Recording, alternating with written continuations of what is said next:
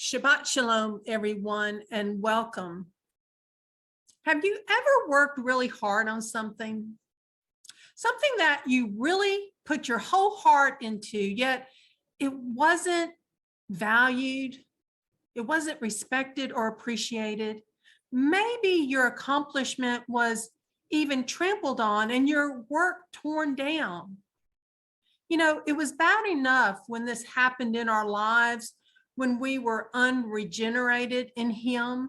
But when it happens among Israel, born from above, then one may not be coming against the flesh of man, but may easily end up fighting against Elohim himself. This is what happened to the mixed multitude out of Egypt. I titled this session, Broken. Covenant infidelity in 40 days and the implementation of Plan B, the book of the law, to spare their very lives.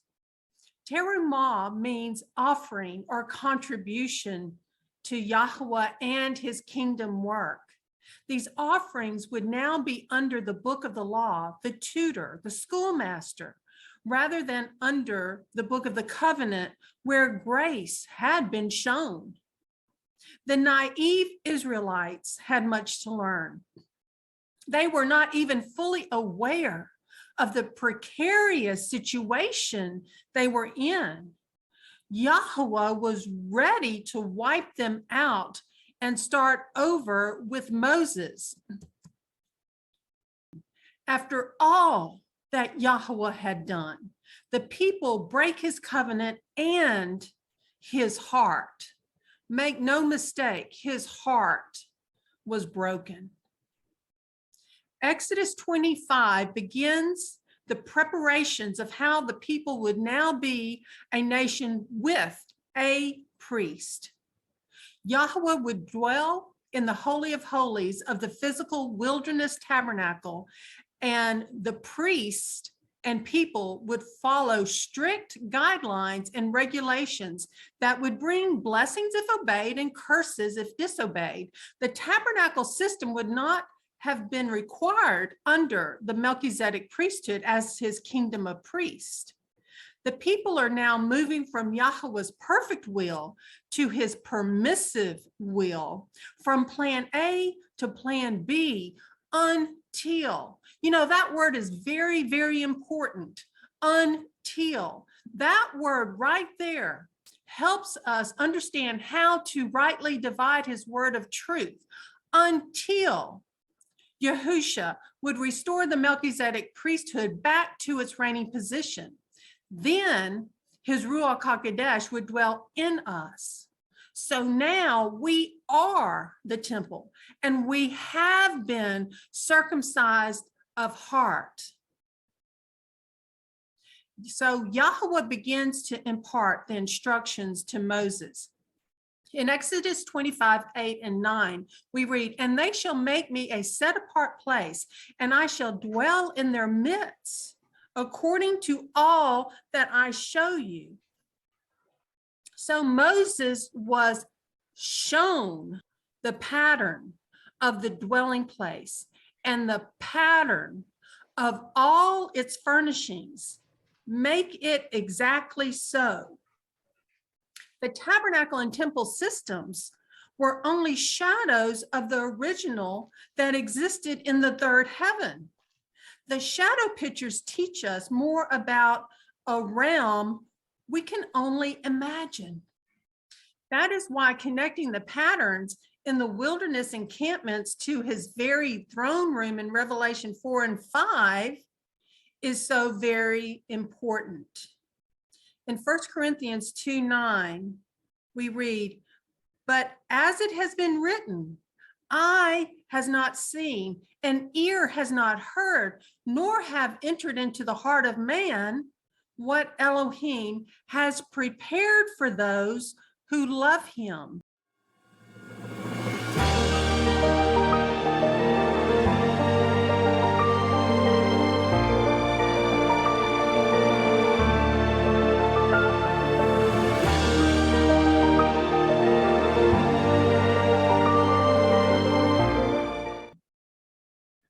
We know that Moses takes Joshua, his assistant, with him on the trip up the mount for the first set of stone tablets. We read in Exodus 24:12 through 14, and Yahuah said to Moses, "Come up to me on the mountain and be there, while I give you tablets of stone and the Torah and the command which I have written to teach them." And Moses arose with his assistant Joshua, and Moses went up to the mountain of Elohim. And he said to the elders, "Wait here for us until we come back to you. And see, Aaron and Hur are with you. Whoever has matters, let him go to them." How do we know that this is the first set of stone tablets mentioned in Exodus 24:12? It is because the second set of tablets that Moses retrieves, he is instructed not to bring anyone with him, nor should any man be seen in all the mountain, nor flocks or herd feed in front of the mountain. Exodus 34:1 through 4. And Yahuah said to Moses, "Cut 2 tablets of stone like the first ones, and I shall write on these tablets the words that were on the first tablets which you broke. And be ready in the morning. Then you shall come up in the morning to Mount Sinai and present yourself to me there on the top of the mountain. And let no man come up with you, and let no man be seen in all the mountain. And let not even the flock or the herd feed in front of that mountain." And he cut 2 tablets of stone like the first. Then Moses rose early in the morning and went up Mount Sinai as Yahuah had commanded him. And he took 2 tablets of stone in his hand. Moses was up on the mount each time for 40 days and 40 nights. We read about that in Exodus 24:18. And Moses went into the midst of the cloud and went up into the mountain. And it came to be that Moses was on the mountain 40 days and 40 nights. Of course, we know the number 40 is extremely important. Exodus 34:28 also reads, "And he was there with Yahuah 40 days and 40 nights. He did not eat bread, and he did not drink water. And he wrote on the tablets the words of the covenant, the 10 words." We know that Moses was up on the mount 40 days and 40 nights. What happens before Moses and Joshua come down from the mount with the first set of stone tablets? Of course, we find that answer in Exodus 32, but we have to fast forward in the scriptures to understand what is actually taking place.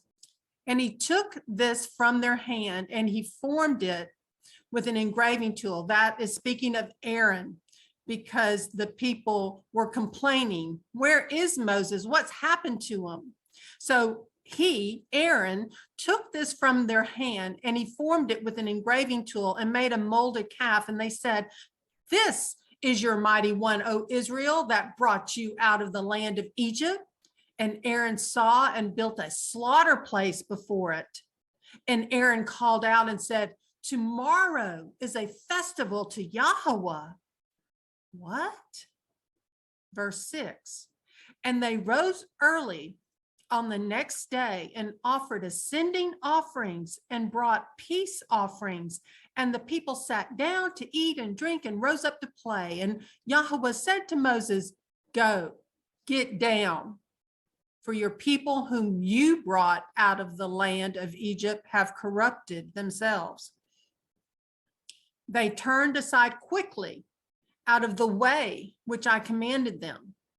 They have made themselves a molded calf and have bowed themselves to it and slaughtered to it and said, "This is your mighty one, O Israel, who brought you out of the land of Egypt," Mitzrayim. We recall in Exodus 24:14, Aaron and Hur had been left in charge, but instead of leading the people, Aaron lets the people loose. He is even the one that forms the golden calf with an engraving tool, and he boldly declares the next day would be a feast to Yahuah. Sadly, such is still done today with man-made holidays. Remember, Aaron had been exposed to 40 extra years of Egyptian paganism than Moses. And here we see that the ways of the Egyptians surface. So after the sin of the golden calf is a trip made up the mount between receiving the first and the second set of stone tablets. He does make a trip up the mountain between receiving the first set of stone tablets and the second set of stone tablets. In Exodus 32:30, and it came to be on the next day that Moses said to the people, "You have sinned a great sin. And now I'm going up to Yahuah if I might atone for your sin." It was touch and go. He didn't know. It was touch and go. The people had no idea the situation they were in. And Moses returned to Yahuah and said, "Oh, these people have sinned a great sin and have made for themselves a mighty one of gold. And now if you," speaking to Yahuah, "would forgive their sin, but if not, please blot me out of your book, which you have written." And Yahuah said to Moses, "Whoever has sinned against me, I blot him out of my book. And now go, lead the people to the place of which I have spoken to you. See, my messenger goes before you, and in the day of my visitation, I shall visit their sin upon them." So after the sin of the golden calf, everything changed. The priesthood would change hands, and the governing law would change from royal covenant Torah to the book of the law until Yahusha would come and restore the priesthood back to Melchizedek, back to the Melchizedek. You know, some even say, what are they talking about? Royal Torah. They're just making up terms. No, we're not making up terms. In James chapter 2, verse 8, if you fulfill the royal law, or it could be read, if you fulfill the royal Torah according to the scripture, "Thou shalt love thy neighbor as thyself," you do well. Moses does intercede on behalf of the Israelites, but there would be consequences. There always are, aren't there? There's always consequences to sin. There is much that happens between receiving the two sets of stone tablets. I mean, much. And they would sit at the base of Mount Sinai until all this is sorted out. And Moses would continue to go up and down vertically, travel up and down until it was all sorted out. So why am I reviewing all this and not yet addressing Exodus 25 in our Torah portion today? And that's a very good question, because not everything written in the Bible is chronological. Some things are, like the genealogies are chronologically listed, but some things are not.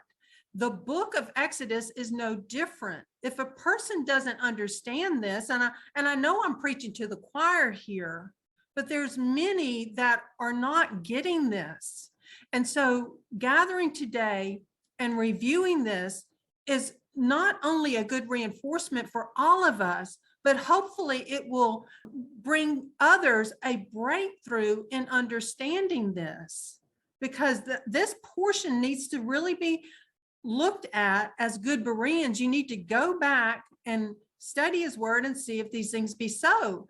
And I'm confident that you will find that to be true, because I myself went back through this and dug deeply to make sure all these things be so.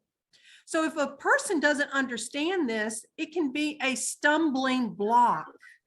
And it is a stumbling block for several people, several knowledgeable people of his word. And many become confused. Even those very knowledgeable of his word, many become confused because of this and become actually accusers of the brethren.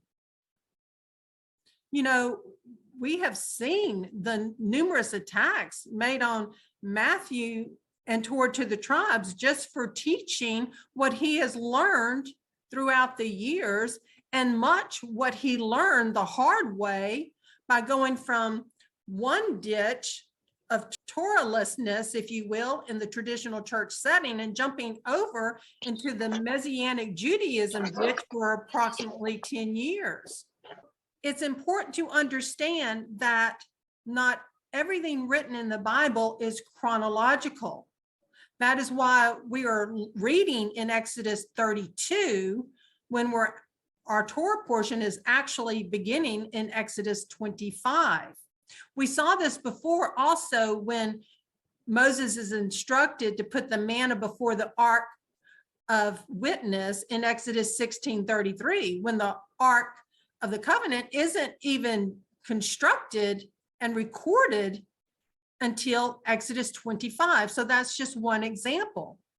So sincere believers and very knowledgeable people of his word unknowingly attack those teaching how to rightly divide his word of truth. None of his word is done away with. See, that is one of the big stumbling blocks. Well, you just can't throw out the book of the law. No one said any such thing. No one's throwing out the book of the law. The book of the law is full of wisdom and understanding. It was a tutor to point us to know more about Yahuah and his kingdom. But when there's a change in priesthood, there's a change in law. So the administration changed within Torah. No one changed Torah. No one removed and threw out any part of his word. It was just determined when there's a change in priesthood in office, there is a change in law, just like presidential elections in this country. When there's a change in a president, we see many changes in laws, do we not? So in Hebrews 7, verse 12, for the priesthood being changed of necessity, there takes place a change of law also. Hey, there you go. In the scriptures, it's even footnoted. Okay, we see the B footnote. It says from Melchizedek to Aaron, because see, that's the other argument. This is some kind of new teaching. It was all built on the thesis written by Dave Perry. Well, no, it was not. This has always been in Torah. I've heard other pastors teach this understanding, but we have to be willing to come to the table and break bread. And if there's a misunderstanding, let's correct it. Let's go back to his word. His answer is in his word, and we'll work through it. But there's one baby. There's one baby. How are we treating his firstborn, born from above? Remember the two whores that each had babies and they lived together, and one of the whores' babies died, and she took the other woman's baby and said, "This is my baby." And the other woman woke up and said, "No, that's my baby." And so they brought the dispute before Solomon, and Solomon had just taken his position. And so he hears their case and he calls for a sword. "Bring me the baby. I'll cut the baby in half and each one can have half of the baby." And the one woman that knew that that was her child, she said, "No, no, no, no. Don't divide the baby. Give the baby to her." And Solomon said, "This is the mother. give the child to her. Is that the circumstance we are in with taking care of Yahuah's firstborn son, Israel, born from above? Are we getting into such disagreements at times that we say, let's pull out the sword of his word. Let's pull out the sword of his word. I'm right, you're wrong. Let's cut that baby in half. Let's cut the baby in half. And here, y'all go take the baby over here, half the baby, and you all take the other half over there. Is that what we're doing? His return is drawing nigh. The praise song we heard today, the praise song we heard today was arise, arise, Israel, from every tongue, tribe, people, and nation, arise, arise. Today, this world still worships the Apis bull. The pharmaceutical companies are like anything else in this fallen world. They contain good and they contain evil. And today, the medical measuring scales appear to have tipped more unto evil. The Apis bull, just like the golden calf in the Torah portion of Exodus, the bull was the earthly incarnation of a god, a manifestation of the Memphite creation god Ptah, so forth, so on. Apis was considered to host the God himself, as unlike the other animal totems who only provided a link to the god Apis, was therefore a kind of servant, a divine one. Osiris was universally accepted as God in ancient Egypt, and soon the Apis was linked to Osiris and believed to be the incarnation of Osiris when Ptah and Osiris merged. Plutarch described the Apis as the quote unquote fair and beautiful image of the soul of Osiris. So this is who Israel, after all that Yahuah had done for them, after all the plagues, after the Passover, after unleavened bread, after parting of the Red Sea, after leading them out by a pillar of fire and a pillar of cloud out of Egypt, after providing them with water, changing the bitter water to sweet water with the branch, representing Yahusha, after giving them fresh water to drink at Elim. This is what they do. He proposed to them. They had accepted that proposal. The proposal, the marriage covenant was blood ratified. They had the covenant confirming meal. Aaron and his first two eldest sons, Nadab and Abihu, was there at the covenant confirming meal. Aaron, Nadab, and Abihu was very much part of the Melchizedek covenant prior to the sin of the golden calf. This world is still turning to man instead of one true living Elohim, the fountain of living water, the fountain you can drink from and never thirst again. This world is so ingrained and programmed into little g God worship that traditional churches, cultures, synagogues, mosques, and so forth incorporate these man-made traditions either knowingly or unknowingly. We understand that. We did that. We've been there, done that. He's shown us the way. He's corrected that in our lives. We listened, we obeyed. They believe they can hear with their ears and see with their eyes, but they are both deaf and blind to their true creator. Only they think they know him. Otherwise, why do the scriptures say they are shocked, in essence, when Yahusha tells them, "Depart from me, I never knew you"? Let's look at what transpires between Exodus 24:12 and Exodus 25:1 in just 40 days. In just 40 days, This was the honeymoon stage. Within 40 days, their marriage covenant is broken. The people break covenant with Yahuah before even receiving the first set of tablets written by the very finger of Eloah. Moses and Joshua returned to base camp to see the people whoring with the sin of the golden calf. Aaron had let the people loose. Moses throws down the stone tablets and breaks them, which is symbolic of the book of the covenant being broken, our very marriage covenant being broken due to infidelity. The trip to receive the first set of stone tablets becomes futile. Moses burns and grinds the golden calf and strews it in the water and makes the people drink it.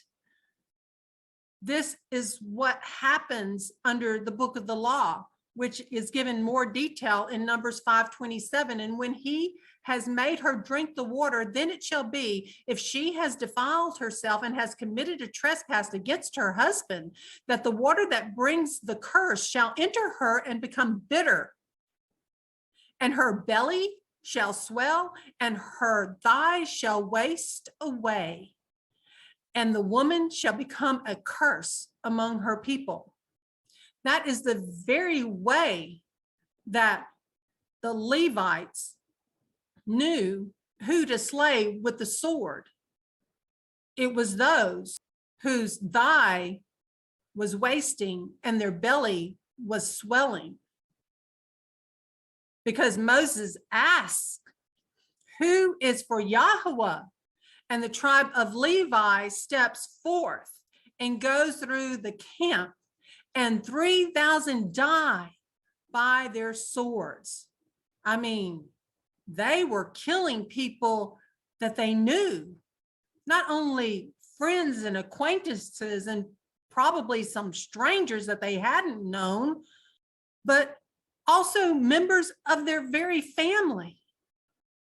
It was only probably that Aaron was even spared because the whole tribe of Levi stepped forward. We will see that Aaron pays a great price for letting the people loose. We will see. It will cost him his first two eldest sons. And he had to hold his peace after that takes place and carry on. This was the existence under the book of the law. But yet it spared their very lives because Yahuah was ready to wipe them out. So now Moses is going to need to ordain the sons of Levi and Aaron, Nadab, and Abihu, because whereas Yahuah was also speaking to Aaron as they were coming out of Egypt, now that communication shut off. No, Yahuah can no longer speak to Aaron, not until the priesthood, after the order of Melchizedek, ordains him, washes him, and washes his sons, Nadab and Abihu, for their priestly duties. Only then, after he follows what Yahuah tells them in order for them to be cleansed, can Yahuah once again establish the communication with Aaron that will be the high priest under the Aaronic Levitical priesthood. Because only Moses and Joshua were still under the Melchizedek priesthood, because they were up on the mount, totally separated from the sin of the golden calf. So Moses goes up the mount to see if he can atone for the people's sin, if Yahuah relents from wiping the people out. Yahuah tells Moses to make plans to leave Mount Sinai. So Moses pitches his tent far outside their camp and meets with Yahuah for as long as it takes to receive the new plan. See, he had to pitch his tent outside their camp. Yahuah is not an Elohim of mixing clean and unclean. He is not going to meet with Moses in an unclean environment. Moses pitches his tent far outside the camp. Also, Joshua dwells in that camp outside the rest of the people. The people would now function under the book of the law implemented by Aaronic Levitical priesthood and the tabernacle system. We see the elements needed to implement the imposed book of the law begin with Exodus 25. The people would now be a nation with a priest and not a kingdom of priests until the Melchizedek Yahusha HaMashiach would restore the priesthood back to its reigning position and fulfill the sacrificial requirements and offerings of the book of the law in his more perfect tent body, not made with hands, that is, not of this creation. Preparation for the tabernacle system will take several months, and it will not be raised up until the first new month of the second year on the first day. Exodus 40:17, and it came to be in the first new month of the second year on the first day of the new month that the dwelling place was raised up. And I'll go into that further in the next slide.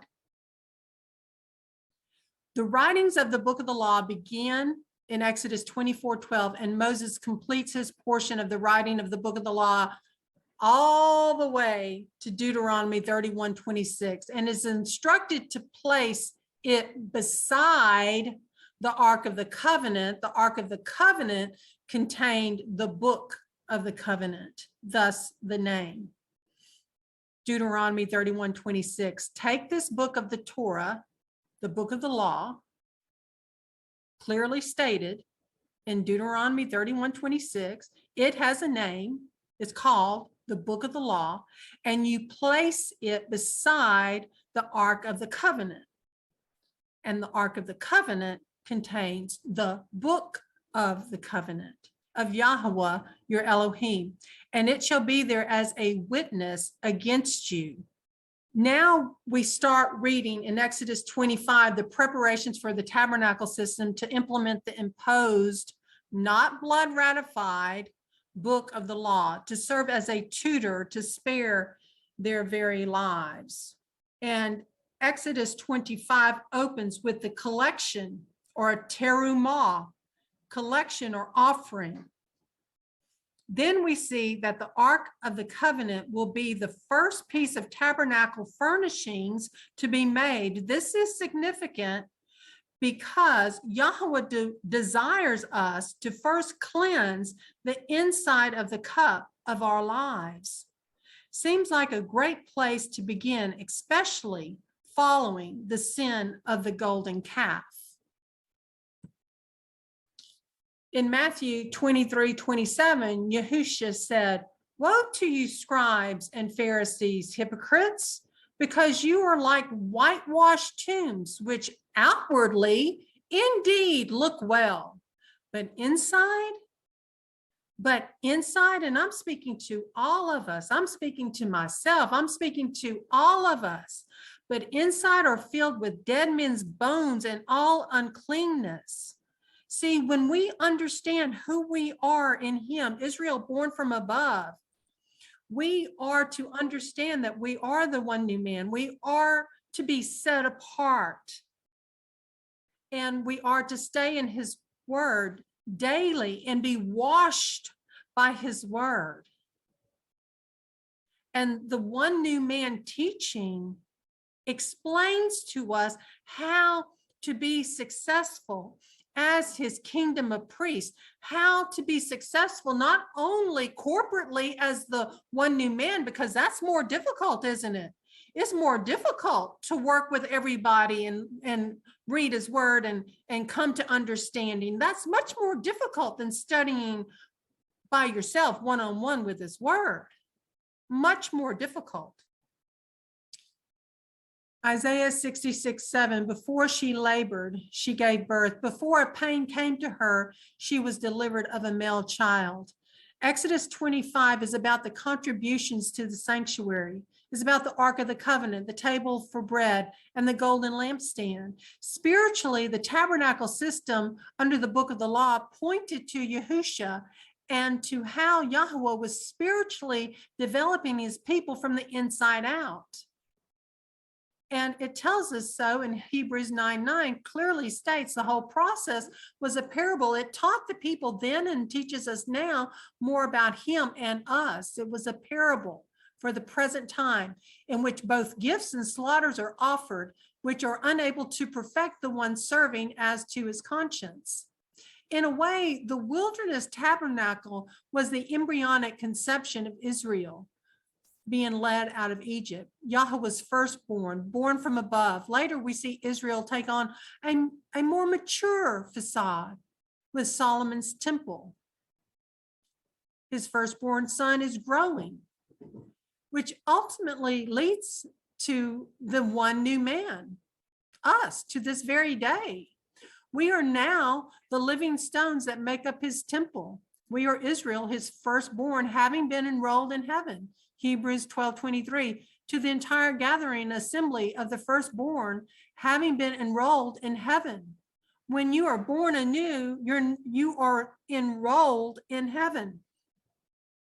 And to Elohim, the judge of all,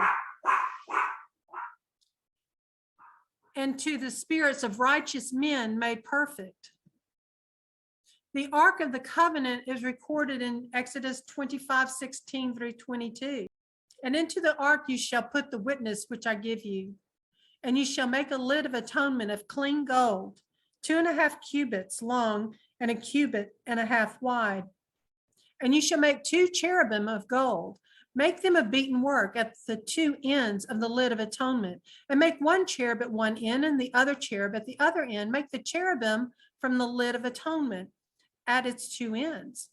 And the cherubim shall be spreading out their wings above, covering the lid of atonement with their wings, with their faces toward each other. The faces of the cherubim turned toward the lid of atonement. And you shall put the lid of atonement on top of the ark, and put into the ark the witness, which I give you, and I shall meet with you there. And from above the lid of atonement, from between the 2 cherubim, which are on the ark of the witness, I shall speak to you all that which I command you concerning the children of Israel. So again, all of these things were the shadow of those things that had already existed in the heavenly realm. In John chapter 20, verse 11 through 17, we have another type and shadow of the Ark of the Covenant. But Miriam was standing outside by the tomb weeping. Then as she wept, she stooped down to the tomb and saw 2 messengers in white sitting, one at the head and the other at the feet, where the body of Yahusha had been laid. And they said to her, "Woman, why do you weep?" She said to them, "Because they took away my master, and I do not know where they laid him." And having said this, she turned around and saw Yahusha standing, but she did not know that it was Yahusha. Yahusha said to her, "Woman, why do you weep? Whom do you seek?" Thinking he was the gardener, she said to him, "Master, if you have carried him away, say to me where you put him, and I shall take him away." Yahusha said to her, "Miriam." She turned and said to him, "Rabboni," which means teacher. Yahusha said to her, "Do not hold on to me, for I have not yet ascended to my Father, but go to my brothers and say to them, I am ascending to my Father and your Father, and to my Elohim and your Elohim." Miriam from Magdala came announcing to the taught ones that she had seen the Master and that he had told her this. The Ark of the Covenant is just a part of the 3D living parable pointing to Yahusha in John 20, verse 11 through 17. Yahusha is the covenant. He is the very word. Yahusha is the mercy seat. Yahusha dwells between the cherubim. Yahusha's blood was our atonement once and for all. Yahusha is our high priest after the order of Melchizedek. All that we will read about with the tabernacle and temple systems point us to Yahusha and the results of his finished work on the crucifixion tree. Together, it all pointed to his kingdom and his people, with Yahusha as the head of the one new man. We also see the Ark of the Covenant in Revelation 11, verse 15. And the seventh messenger sounded, and there came to be loud voices in the heavens saying, the reign of this world has become the reign of our master and of his Messiah, and he shall reign forever and ever. And the 24 elders sitting before Elohim on their thrones fell on their faces and worshiped Elohim, saying, we give you thanks, O Yahuah El Shaddai, the one who is and who was and who is coming, because you have taken your great power and reigned, and the nations were enraged, and your wrath has come. And the time of the dead to be judged, and to give the reward to your servants, the prophets, and to the set apart ones, and to those who fear your name, small and great, and to destroy those who destroy the earth. And the dwelling place of Elohim was opened in the heaven. And this is correlating to Yom Kippur, Day of Atonement. And the ark of his covenant was seen in his dwelling place. And there came to be lightnings and voices and thunders and an earthquake and great hail. In Revelation chapter 11, we know that the two witnesses are recorded at the beginning, and they precede this judgment. Yahuah does not judge without 2 to 3 witnesses, just like the 2 spies sent into Jericho before it was conquered. In Revelation 11, we see the nations enraged, and Yahuah's wrath had come, and the time of the dead to be judged. Now I'm going to touch base on another touchy topic. This is not to trigger anyone, but this is stuff to bring to the table for us to ponder. And this is a perspective I see in his scripture, and I'm willing to hear other people's perspective on this topic.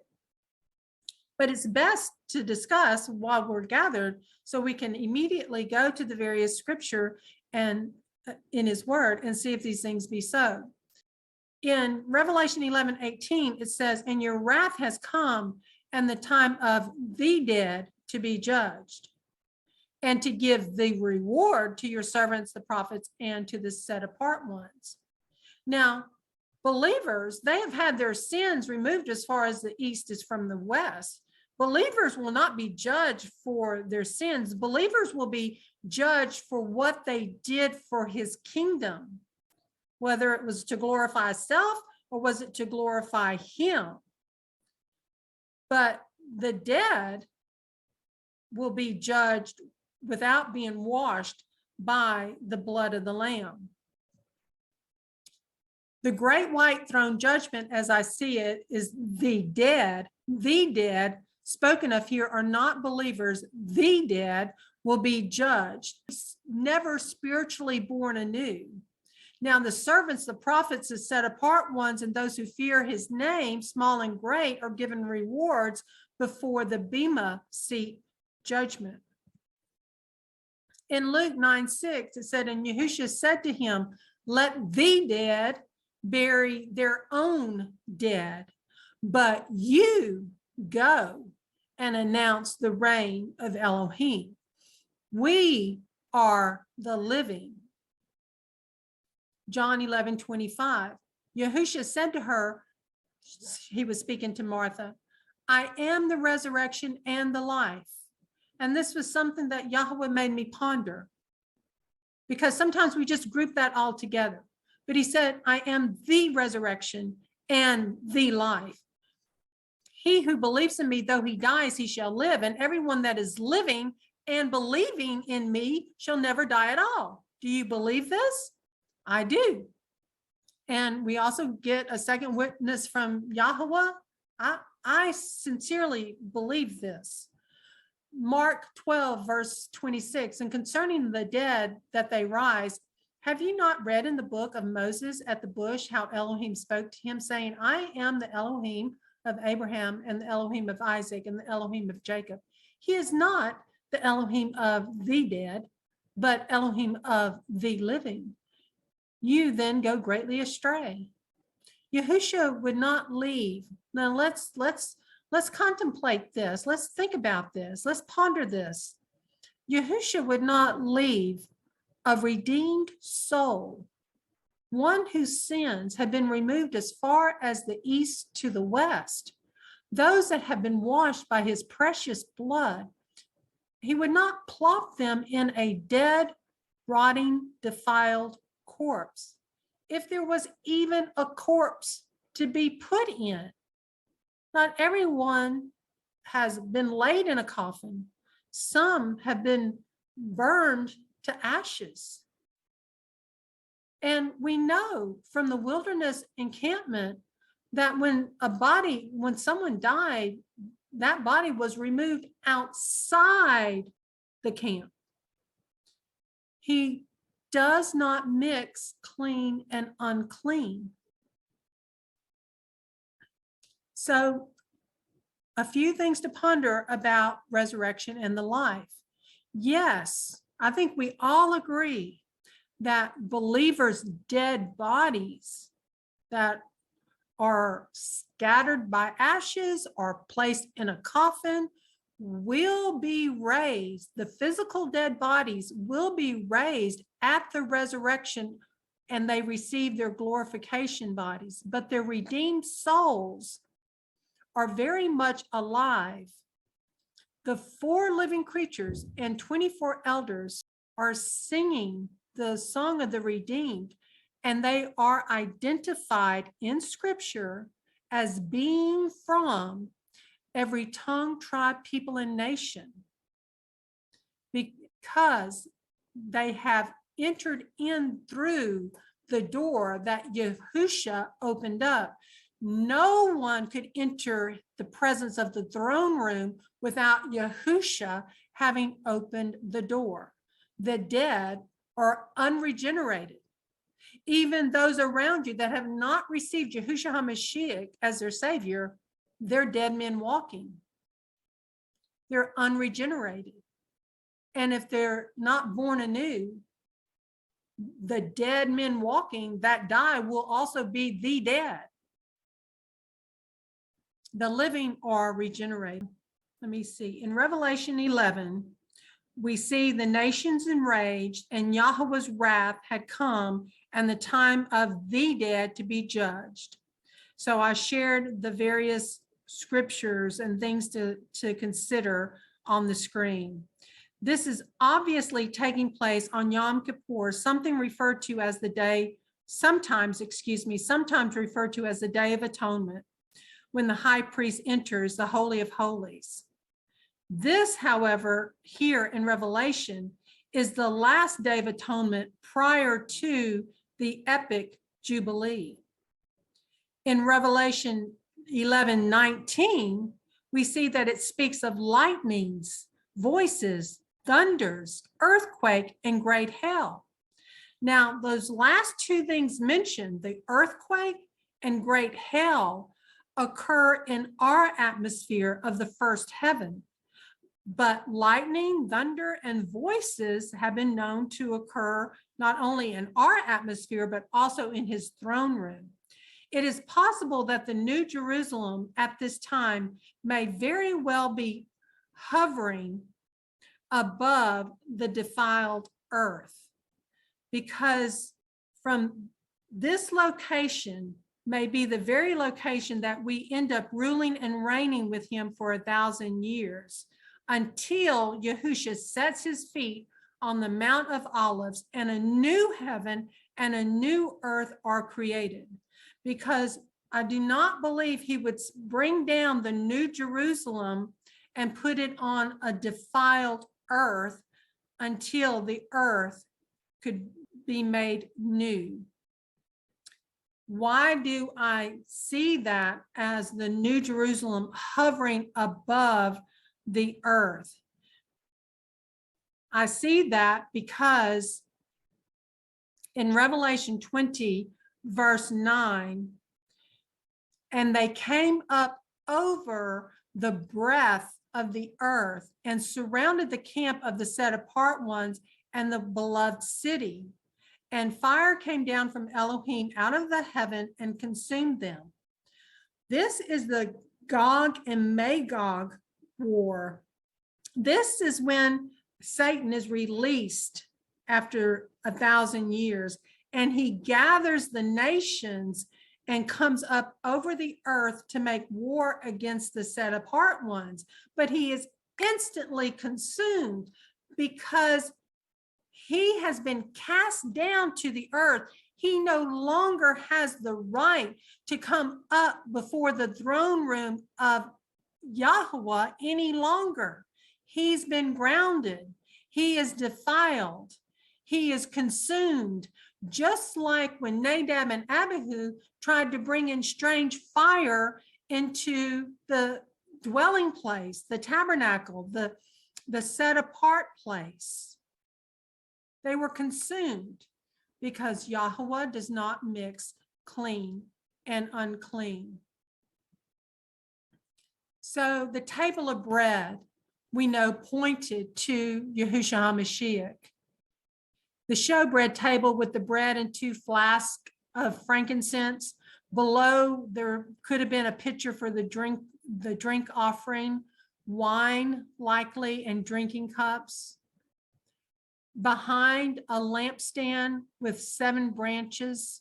Solomon, this is interesting, in Solomon's temple, there were 10 tables and 10 lampstands, and posted them on the left and the right sides of the holy place. And that's recorded in scripture. In the Wilderness Tabernacle, there was 1 lampstand. But in Solomon's temple, there were 10. And of course, rings for carrying poles are fixed to the table's legs. The light from the lamps is meant to shine upon the 12 loaves or cakes of unleavened bread, which along with the wine depict Israel. So John 6:33, for the bread of Elohim is he who comes down out of the heaven and gives life. He is the living word to the world. So they said to him, Master, give us this bread always. And Yahushua said to them, I am the bread of life. He who comes to me shall not get hungry at all, and he who believes in me shall not get thirsty at all. In John 6:48, I am the bread of life. Your fathers ate the manna in the wilderness and they died. This is the bread which comes down out of the heaven, so that anyone might eat of it and not die. I am the living bread which came down out of the heaven. If anyone eats of this bread, he shall live forever. And indeed, the bread that I shall give is my flesh, which I shall give for the life of the world. The Father is in Yahushua, and Yahushua is in the Father, and Yahushua is in us. And in him, we make up the one new man. He is the head, we are the body. Hebrews 9:10, for a tent was prepared, the first part in which was the lampstand and the table and the showbread, which is called the set apart place, and the second veil, the part of the tent, which is called most set apart. The golden lampstand. Revelation 1:17, and when I saw him, I fell at his feet as dead. And he placed his right hand on me, saying, do not be afraid. I am the first and the last. In essence, he's the Jubilee, because the 50th year of a Jubilee cycle is the first year of the next cycle, and it's also the last year of the previous cycle. I am the first and the last, and the living one. And I became dead, and see, I am living forever and ever, and I possess the keys of Sheol and of death. He took captivity captive. He had the keys of Sheol, the comfort side of Sheol, and he had the keys of death and separation from him. I believe he would use those keys, and I believe that he led captivity captive and opened the door to the very throne room of Yahuah. Write therefore what you have seen, both what is now and what shall take place after these. The secret of the 7 stars which you saw in my right hand and the 7 golden lampstands. The 7 stars are messengers of the 7 assemblies, and the 7 lampstands which you saw are 7 assemblies. Isaiah 11:1. This goes over the 7 spirits of Yahuah.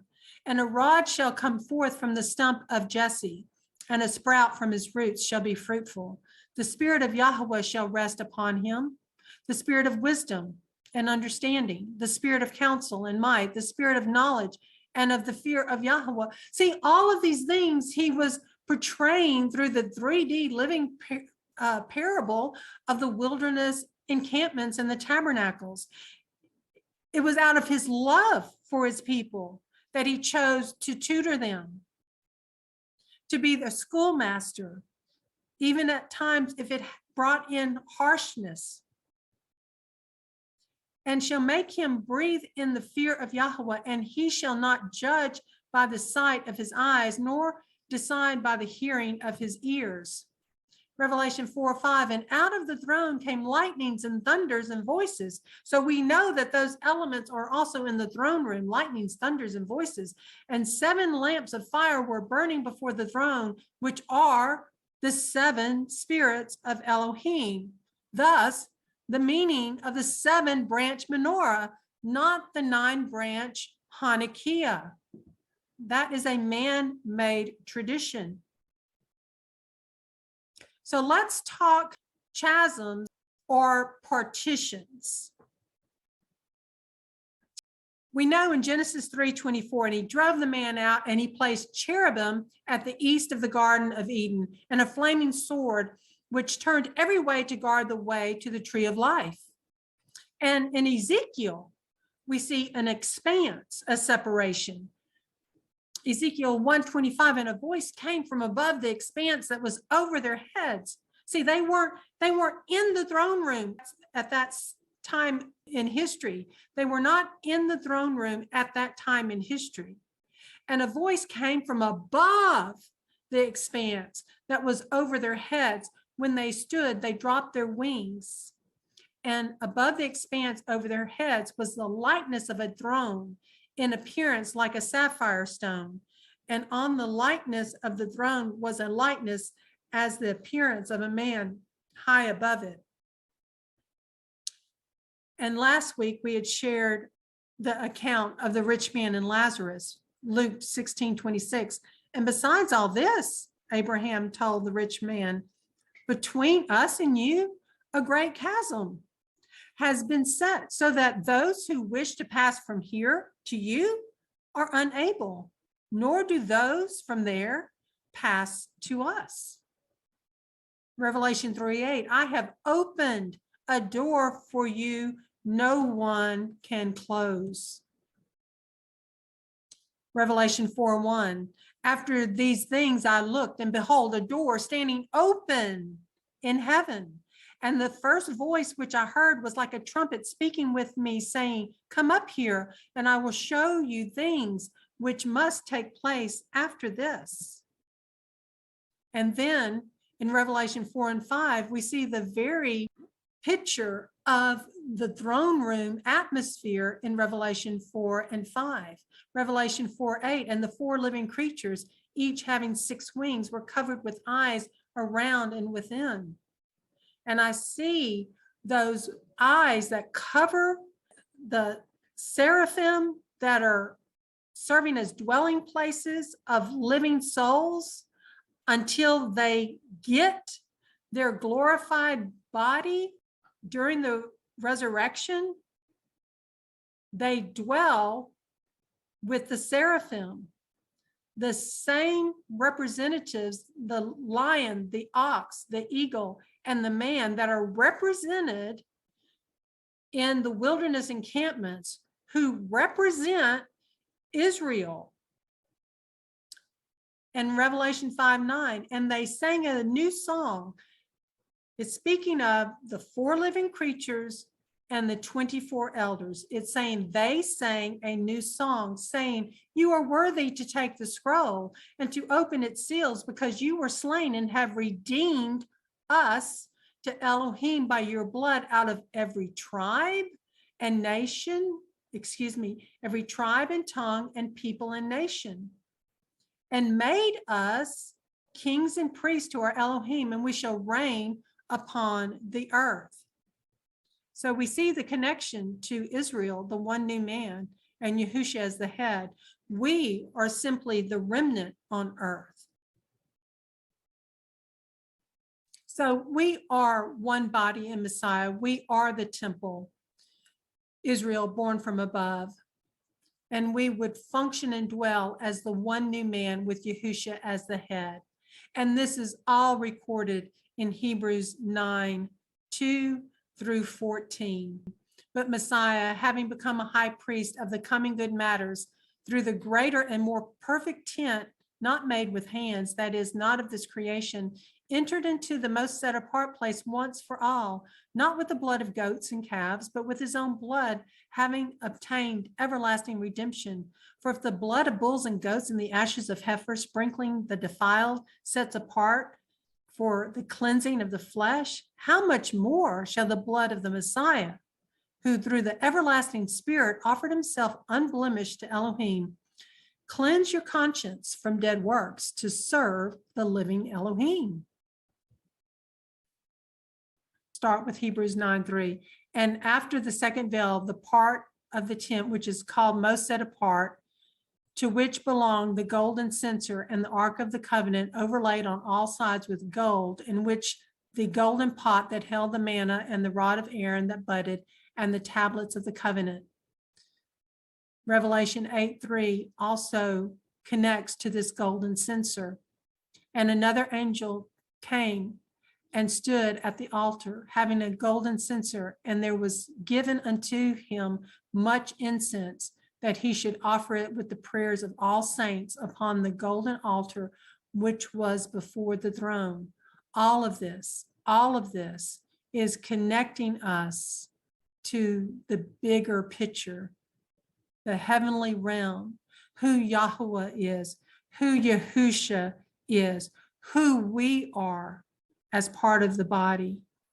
And above it, the cherubim of esteem were overshadowing the place of atonement, about which we do not now speak in detail. And we know the messengers were at the place where they had laid Yahusha in the tomb. And in verse 8, the set apart spirit signifying this, that the way into the most set apart place was not yet made manifest, while the first tent has a standing. Yahusha tore down the partition of separation. He opened the door. And all of this was a 3D living parable, if you will, which is stated in so much in verse 9 of Hebrews 9, which was a parable for the present time, in which both gifts and slaughters are offered, which are unable to perfect the one serving as to his conscience. Verse 10, only as to food and drinks and different washings and fleshly regulations imposed until a time of setting matters straight. He has become our high priest, a tent made without hands that is not of this creation. So Exodus 26 covered the tabernacle. You see, it's a marriage sukkah tent. God's presence is in the Holy of Holies, the husband, the groom, and Israel is in the holy place. We are the bride. So the tabernacle was a royal marriage tent, royal, kingly, priestly, Melchizedek marriage tent, if you will. And again, this is another overview of how everything was laid out. The altar of burnt offerings, we will not get into too much detail. That's recorded in Exodus 27. The laver for washing. We have to be washed by the blood of the Lamb before we can enter into his presence. We cannot bring unclean. We cannot enter without the spotless wedding garment. To the left, we have an image of Jacob dreaming at Bethel in Genesis 28, verse 10 through 22, and his body is compared to the components of the physical temple. This in itself helps us understand the one new man in Yahusha. We are one body with many parts and functions. We are the temple. Therefore, we should keep our temple clean from the inside out, keep our temple undefiled, both individually and corporately. So, it said Jewish tradition tells us that Jacob, father of the 12 Israelite tribes, saw the temple in advance in his dream at Luz. After seeing angels ascending and descending on a stairway, a ladder, that's almost like a DNA strand that we are connected with. It's almost like the supernatural change that happens to us that connects us to the living Elohim. There's a communication line there through our very DNA that connects us, to gives us true hearing within. And it gives us a vision much more precise than just the physical seeing and hearing. It's supernatural, it's divine. So after seeing angels ascending and descending on a stairway ladder, he says, Genesis 28:17, this is none other than Elohim's house. And in verse 19, renames the place Bethel, house of Elohim, which is also a designation for the temple. Later, he changes it again to El Bethel. And Elohim, in turn, renames him Israel. To your left, Jacob's raised head corresponds to an elevated Holy of Holies and his pillow stone, to the foundation stone where Abraham had earlier bound Isaac. In other words, as he slept, unbeknownst to him, his head and body became a model for the temple that was eventually built atop Mount Moriah by King Solomon, which is recorded in 2 Chronicles 3:1. So this is so amazing, the great detail and all the pictures and the numbers and everything he has used to reach out to his bride that he loves so much, to rescue her from this fallen world, even in her blindness, even in her whoredom. He has been forever patient with us. So this is Solomon's temple. You see the 10 sets of menorahs that are there. There's 2 large stars here in the holy place. These are 2 10-cubit tall cherubim of gold-plated olive wood. They are the eyes within temple man, while the head is the Holy of Holies. The Ark of the Covenant, there it is. This is a gold-plated chest with a solid gold cover and 2 small cherubs. You can barely see them, but they're right there on top. The Ark is the nose, and its poles, when attached to its long sides and drawn forward, depict extended nostrils smelling the sweet smoke from the incense altar in the holy place. This is still happening today when we offer up prayers to Elohim. Our prayers ascend. It's a sweet smelling aroma to Yahuah.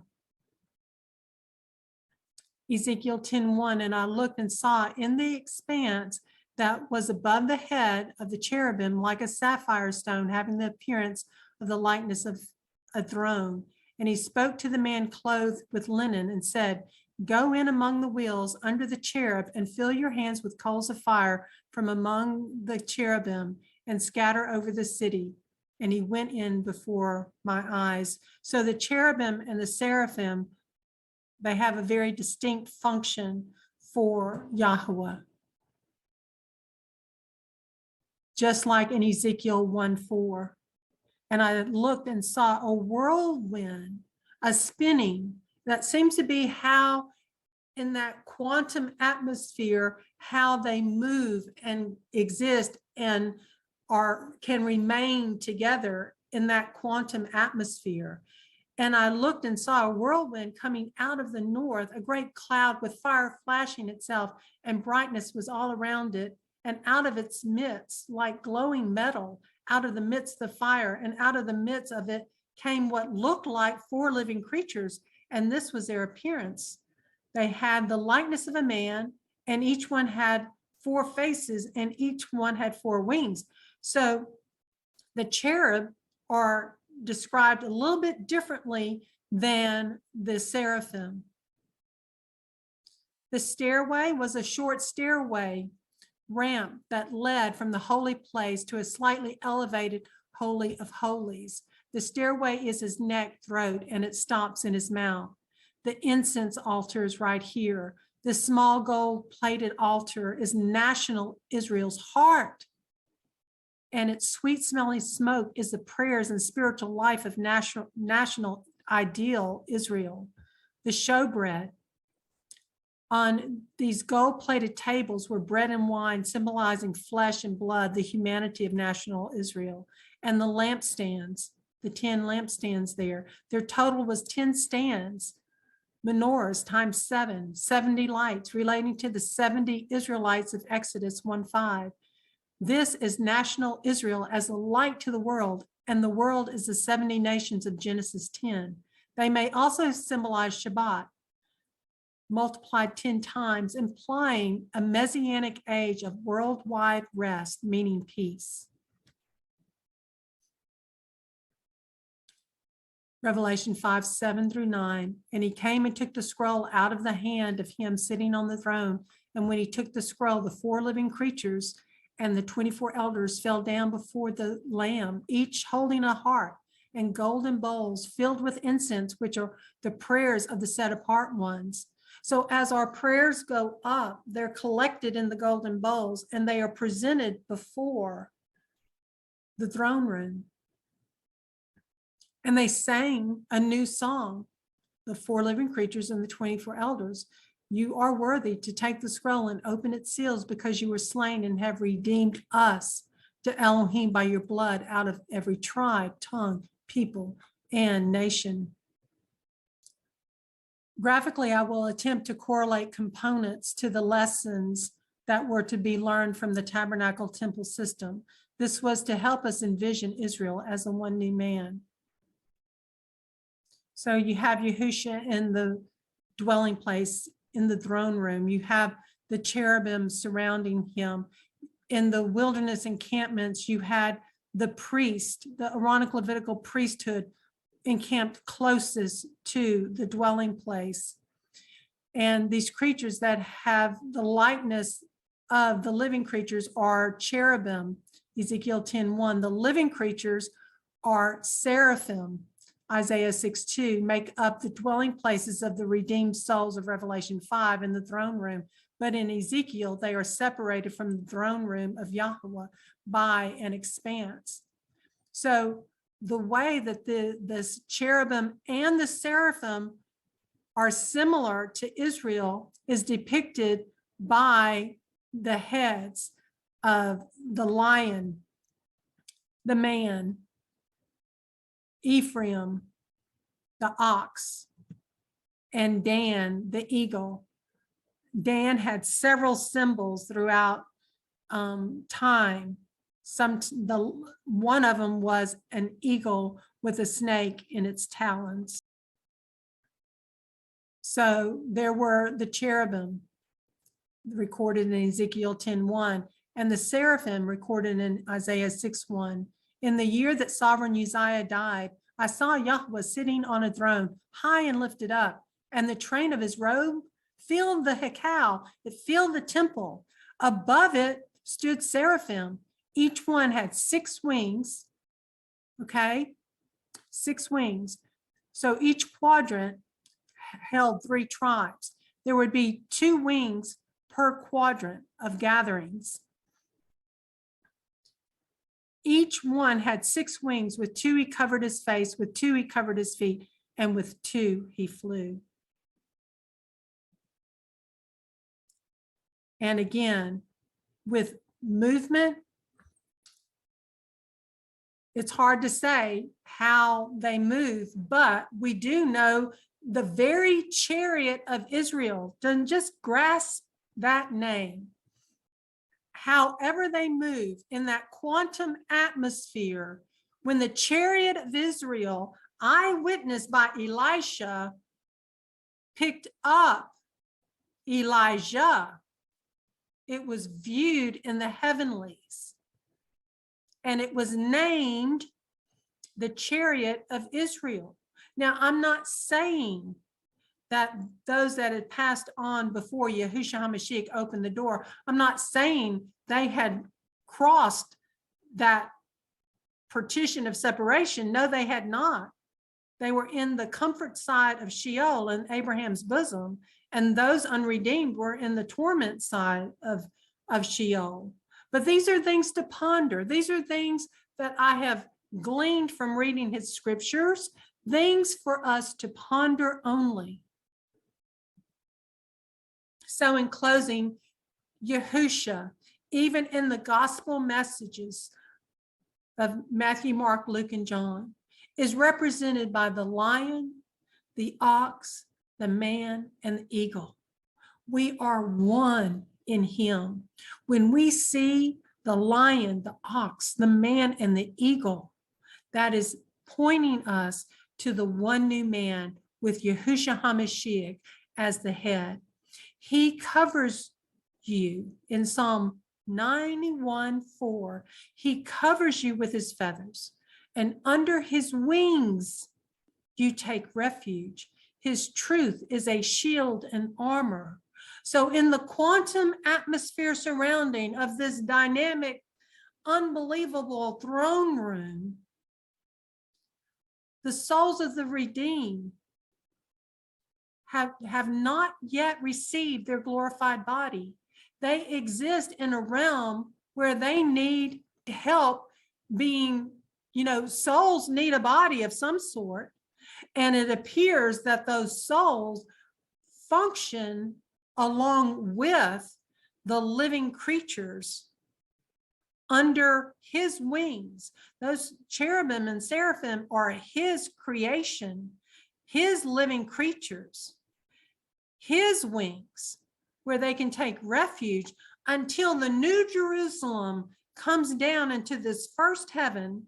If it does hover above the earth, when the resurrection happens, those that have been already in his presence will first receive their glorified bodies and will be able to dwell in an actual place that appears to be the new Jerusalem. They will not be in that quantum atmosphere anymore. They will be given glorified bodies and will be in a similar situation as we are today, but with glorified bodies, just as Yahusha appeared to his disciples. So it's extremely, extremely amazing. Yahusha is the head, we are the body. We must remember that Yahusha is the resurrection and the life. Those that believe in him, though they die, they live. And those that believe in him never die at all. He is the living word. He is the Elohim of the living, not the dead. The tent of meeting in the wilderness represented the sukkah, where the bride will consummate her marriage with the groom. Truly his word and his love for us is the greatest story ever told. Shabbat Shalom.